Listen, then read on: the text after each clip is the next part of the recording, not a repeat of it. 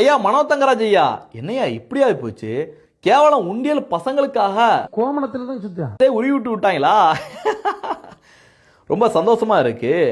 ஏன் அப்படின்னா, இந்த மனோ தங்கராஜை போன்ற அமைச்சர்கள் தமிழக அரசியலை விட்டு அப்புறப்படுத்த வேண்டிய அமைச்சர்கள். ஏன் அப்படின்னா, எந்த கட்சியா இருக்கட்டும், விமர்சனம் பண்றதுல அமைச்சர் அப்படிங்கிற ரேஞ்சில் இருக்கவங்க ஒரு நாகரிகம் இருக்கணும். அந்த குறைந்தபட்ச நாகரிகம் கூட இந்த மனோ தங்கராஜுக்கு கிடையாது. பிரைம் மினிஸ்டர் நரேந்திர மோடி அவர்களை தரம் தாழ்ந்து விமர்சனம் பண்றது, பாரதிய ஜனதா கட்சியை தரம் தாழ்ந்து விமர்சனம் பண்றது தான் இந்த மனோ தங்கராஜோட 24x7 இந்த மனோ தங்கராஜோட வேலை. காரணம் என்ன தெரியுமா? பெரிய ஈவே ராமசாமியோட பற்றுனாலேயோ இல்லை திமுக மேலே இருக்கின்ற பற்றுனாலேயோ கிடையாது.